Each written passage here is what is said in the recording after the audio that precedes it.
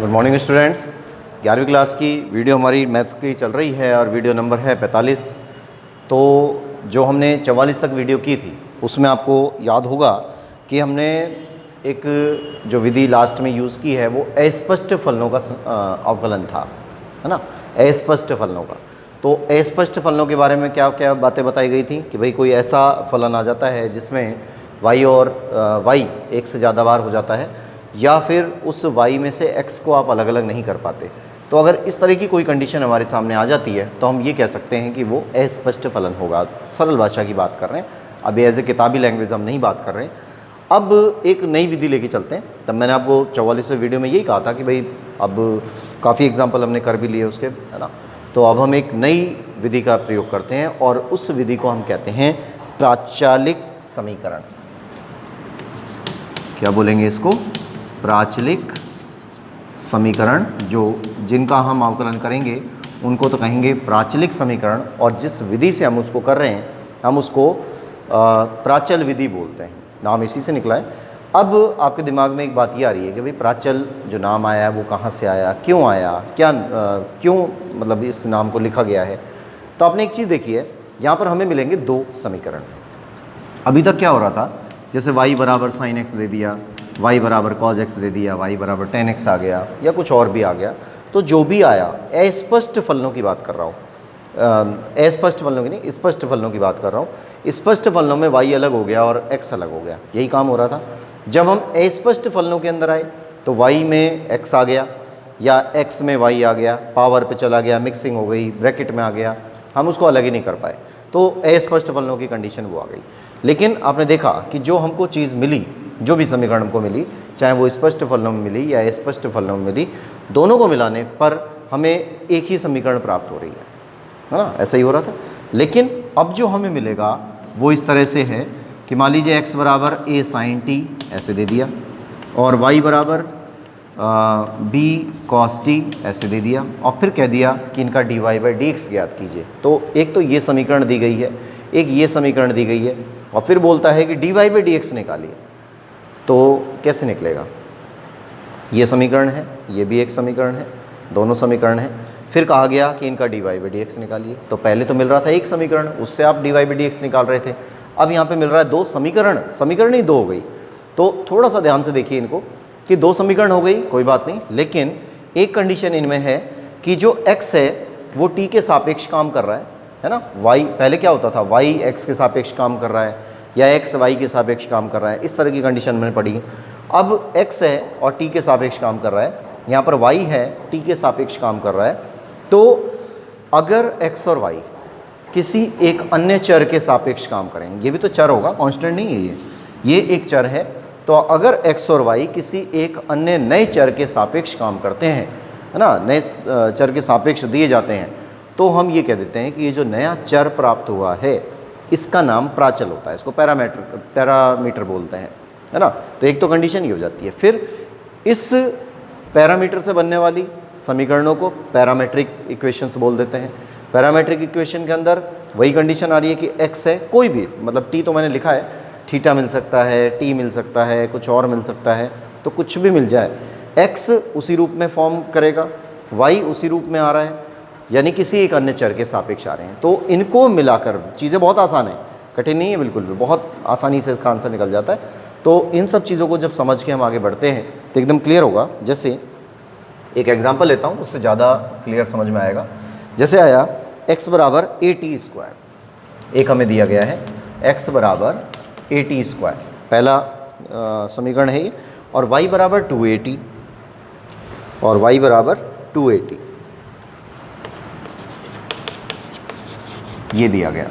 अब देखिए ध्यान से कि जो x है वो भी t के रूप में लिखा जा रहा है ना। x है, ये भी t के सापेक्ष काम कर रहा है, y है, ये भी t के सापेक्ष काम कर रहा है। तो जब ये कंडीशन हमको दी गई हैं तो आप ये देखिए कि x भी t के सापेक्ष है, y भी t के सापेक्ष है। तो x और y यानी कि दो चर x और y हैं, ये दो चर t के सापेक्ष काम कर रहे हैं, है ना, एक नए चर के सापेक्ष काम कर रहे हैं। जब ये दोनों चर एक नए चर के सापेक्ष काम करते हैं तो ये जो नया चर है ये प्राचल कहलाता है, और इनसे बनने वाली समीकरण को प्राचालिक समीकरण कहते हैं। तो ये दोनों समीकरण कैसी हैं? ये कहलाएंगे प्राचालिक समीकरण। ठीक है। अब आपको निकालना क्या है, dy बाई डी एक्स। तो dy बाई डी एक्स निकालने का जो रूल होगा वो थोड़ा सा इसमें अलग है जैसे पहले के अनुसार, पर उनसे आसान है। जैसे इसको डाल दिया नंबर 1, इसको डाल दिया नंबर 2। उसके बाद समीकरण 1 का t के सापेक्ष काम करना है, क्योंकि t आ रहा है ना यहाँ पर, तो यहाँ लिख देंगे समीकरण 1 का t के सापेक्ष अवकलन करने पर, t के सापेक्ष अवकलन करते हैं तो dx अपॉन dt हो गया बराबर a आ गया, t स्क्वायर का करेंगे तो 2t हो जाएगा, खत्म। इसको यहीं छोड़ देंगे, ये नंबर 3 हो। फिर समीकरण 2 का भी ऐसे ही करेंगे, तो यहाँ लिख देंगे समीकरण 2 का t के सापेक्ष अवकलन करने पर,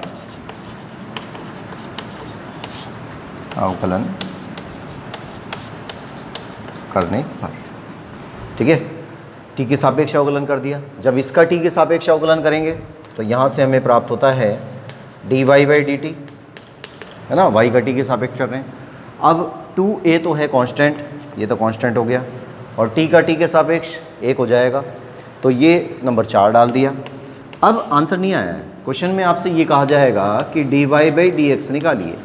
अब dy बाई dx निकालना है, तो dy बाई dx कैसे आएगा, जबकि हमने तो dx अपॉन dt निकाला है ना, और dy अपॉन dt निकाला, तो इन दोनों को मिलाकर अब आपको dy बाई dx निकालना है। तो जब इन दोनों को मिलाकर हम dy बाई dx निकालेंगे तो इसका मीन्स क्या हुआ, क्या क्या चीज़ें हमें करनी पड़ेंगी इसमें।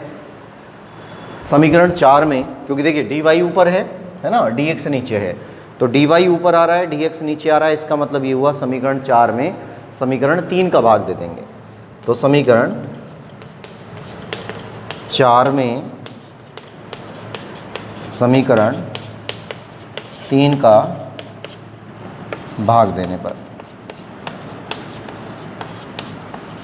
इनका भाग दे दिया, क्या वैल्यू बनेगी, dy by dt upon dx upon dt बराबर 2a, और यहाँ से 2at। सही है। समीकरण 4 ये थी, समीकरण 3 ये थी। समीकरण 4 में आप 3 का भाग दे रहे हैं, 4 वाली सिचुएशन को ऊपर रख दिया, 3 वाली सिचुएशन को नीचे रख दिया, कंप्लीट। dt से ये dt कैंसिल हो गया, और यहाँ बच गया dy बाई dx बराबर 2a से 2a कैंसिल हो गया, और यहाँ बच गया 1 अपॉन t। ये आ गया इसका आंसर, ठीक है। तो बिल्कुल है, छोटा सा है और आसान है, बहुत ही ज़्यादा आसान है ना, तो समझ में आ गया होगा। अब इन्हीं के आधार पे हम और भी एग्जाम्पल लेते हैं।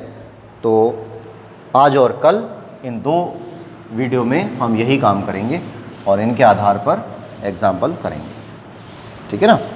सिंपल कंडीशन है, कोई ख़ास काम है नहीं। इसको भी हटा देते हैं। अब देखिए नेक्स्ट एग्जाम्पल लेके चलते हैं। जैसे x बराबर a cos थीटा और b sin थीटा, ये आया। नंबर 2 में x बराबर a cos थीटा और y बराबर b sin थीटा, ये दे दिया। अब देखिए मैंने आपको जब शुरुआत की है तो अभी अभी ये बोला था कि भाई t हम ले रहे हैं, लेकिन ज़रूरी थोड़ी कि t हो, t के अलावा भी कुछ हो सकता है। तो यहाँ पर t के अलावा क्या आ गया, थीटा आ गया। तो अब जो काम होगा वो थीटा के सापेक्ष होगा। इसको डाल देते हैं समीकरण नंबर 1, इसको डाल देते हैं समीकरण नंबर 2। तो समीकरण 1 का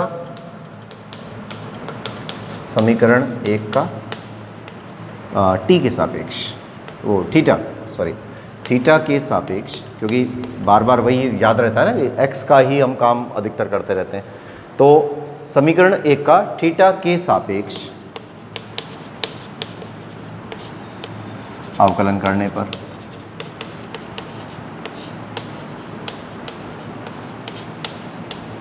क्या आएगा मान, देखिए यहाँ से आ जाता है dx अपॉन डी थीटा बराबर समीकरण 1 का थीटा के सापेक्ष अवकलन करने पर तो dx अपॉन डी थीटा आ गया, है ना। और a तो है ही, कोई दिक्कत नहीं है, कांस्टेंट है, ऐसे ही रहेगा। तो ये नियम नंबर 2 काम कर रहा है कि फंडामेंटल रूल में नियम नंबर 2 जब काम कर रहा था उसके अकॉर्डिंग ये रहेगा।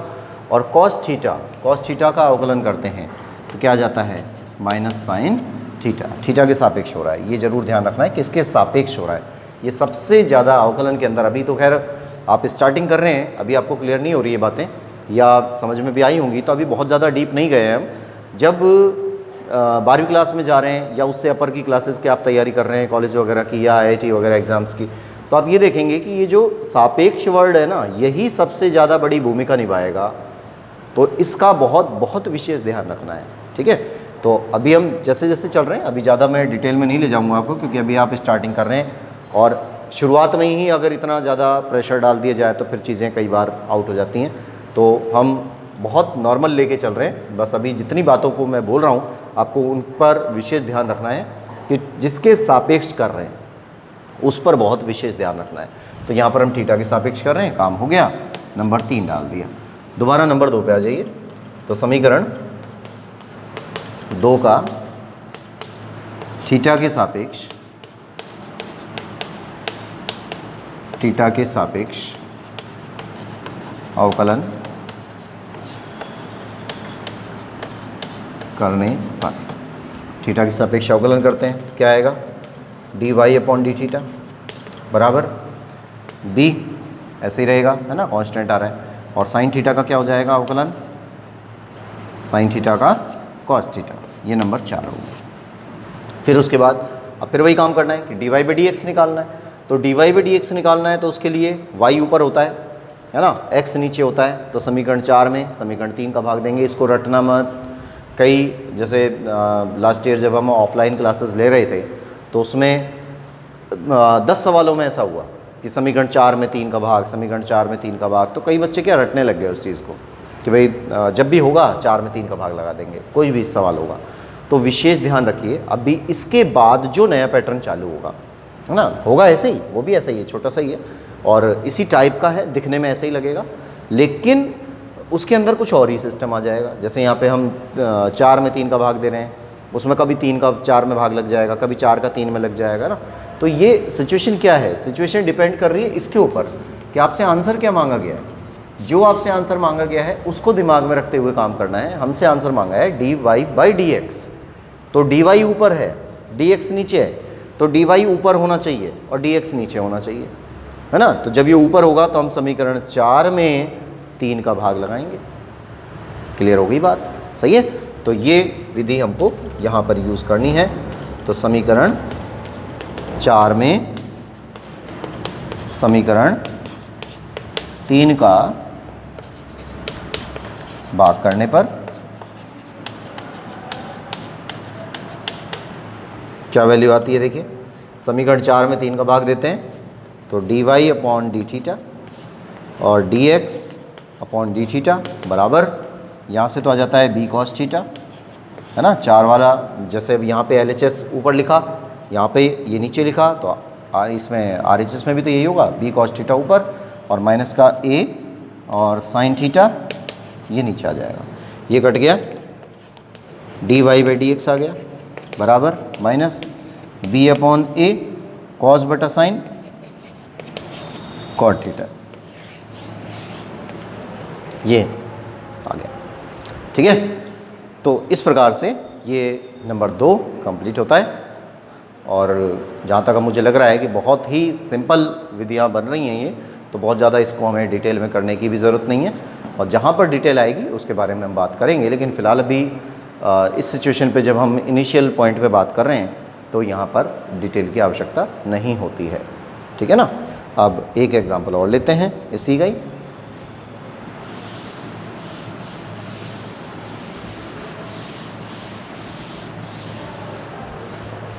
देखिए नेक्स्ट है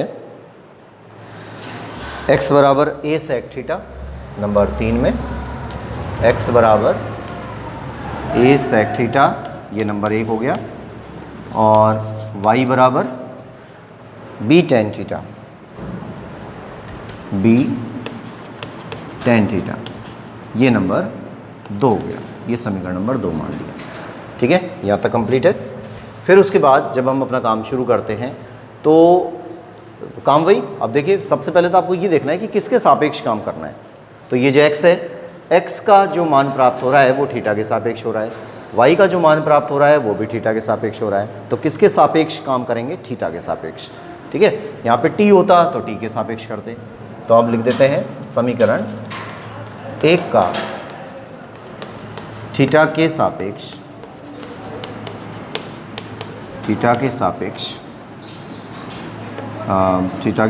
अवकलन करने पर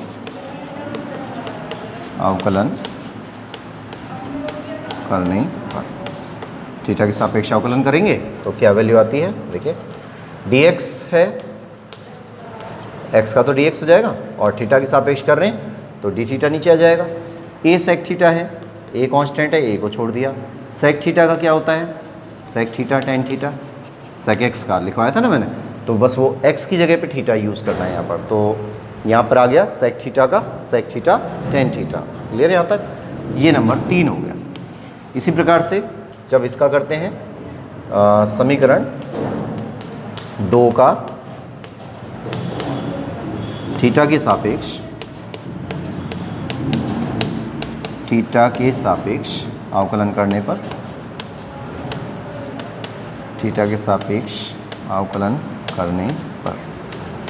क्या आ जाएगा? यहाँ से देखिए y का कर रहे हैं तो dy अपॉन डी थीटा बराबर b है, b को ऐसे रख दिया।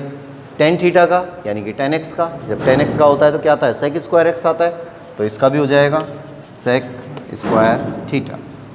क्लियर है यहाँ तक? ये नंबर हो गया 4। अब क्या करना है?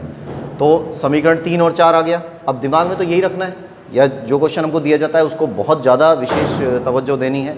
बार बार यही बात मैं बोल रहा हूँ, इसके अकॉर्डिंग सेट होता है क्वेश्चन। इसके अकॉर्डिंग नहीं होगा कि 4 में 3 का भाग लग गया और हमेशा ही 4 में 3 का भाग लगेगा, ऐसा नहीं होगा।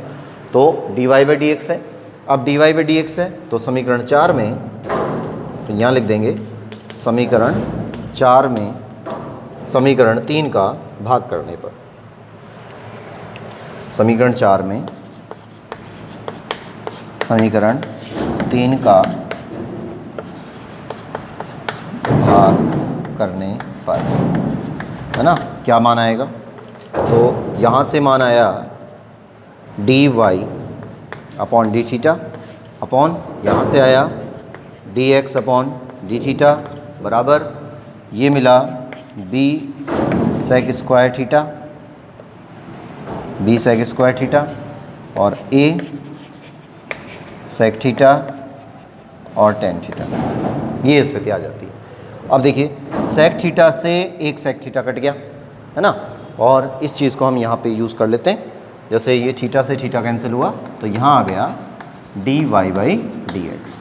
लेकिन अभी तक जो काम किया उसके अंदर कोई ट्रिग्नोमेट्री फंक्शन काम नहीं कर रहा था, है ना, सब कुछ सीधा सीधा ही हो रहा था। यहाँ पर ट्रिग्नोमेट्री फंक्शन काम कर रहा है, तो b अपॉन ए को तो ऐसे ही रख दिया, b अपॉन ए तो ऐसे ही आ गया। फिर सेक थीटा से एक सेक थीटा कट गया, ऊपर क्या बचा? एक सेक थीटा, नीचे टेन थीटा, तो यहाँ आ गया sec theta upon tan theta आ गया। अब इस सेक थीटा को चाहे तो आप यहाँ छोड़ सकते हैं, लेकिन मैथ्स में जब आप आगे बढ़ेंगे तो आप एक चीज़ ये देखेंगे कि एक रूल ये बनता है कि जहाँ तक आपको दिख रहा है कि क्वेश्चन सॉल्व हो सकता है वहाँ तक उसको सॉल्व करना है। तो सेक थीटा है और टेन थीटा है, हमें पता है कि इसको हम ट्रिग्नोमेट्री फंक्शन के अकॉर्डिंग इसको चेंज कर सकते हैं। तो क्या क्या चेंज कर सकते हैं? साइन कॉज में इनको कन्वर्ट कर सकते हैं। तो D Y by D X आता है बराबर बी अपॉन ए, और सेक थीटा को लिख सकते हैं 1 अपॉन कॉस थीटा, और टेन थीटा को लिख सकते हैं sine theta upon cos theta. सही है, हो गया ना। अब ये जो कॉस थीटा है और ये कॉस थीटा, ये भी इसके अपॉन में आ रहा है, ये भी अपॉन में आ रहा है, कॉस थीटा से कॉस थीटा कैंसिल हो जाएगा। तो बचता क्या है? तो यहाँ से आया D Y by D X बराबर बी अपॉन ए और 1 अपॉन साइन थीटा। सही है, B upon A 1 upon sine theta. जब 1 अपॉन साइन थीटा आ रहा है तो ये साइन थीटा ऊपर जाएगा, या हम ये कह सकते हैं कि 1 अपॉन साइन थीटा किसके इक्वल होता है? कॉसेक के इक्वल होता है। तो ये आ जाता है D Y by D X बराबर बी अपॉन ए और कॉसेक थीटा। That's all. ये आंसर कंप्लीट है ना। जहाँ तक सॉल्व इसमें आप सॉल्व करेंगे जब तक कि आपको वो सॉल्यूशन समझ में आ रहा है। अगर आपको ऐसा लगता है कि भाई ये सॉल्यूशन अब आगे संभव नहीं है, या इसको यहीं रोक देते हैं, या बहुत ज़्यादा और भी ज़्यादा कॉम्प्लिकेटेड हो सकता है, तो फिर उसको हम रोक देंगे। अदरवाइज़ उसको वहाँ तक करना है जहाँ तक आपको वो समझ में आ रहा है, जहाँ तक भी दिख रहा है उस जगह पर आपको उसको कंप्लीट करना है। ठीक है, तो यहाँ तक का काम अभी हम करते हैं, उसके बाद फिर नेक्स्ट वीडियो में हम इन्हीं के बारे में अभी बात करेंगे।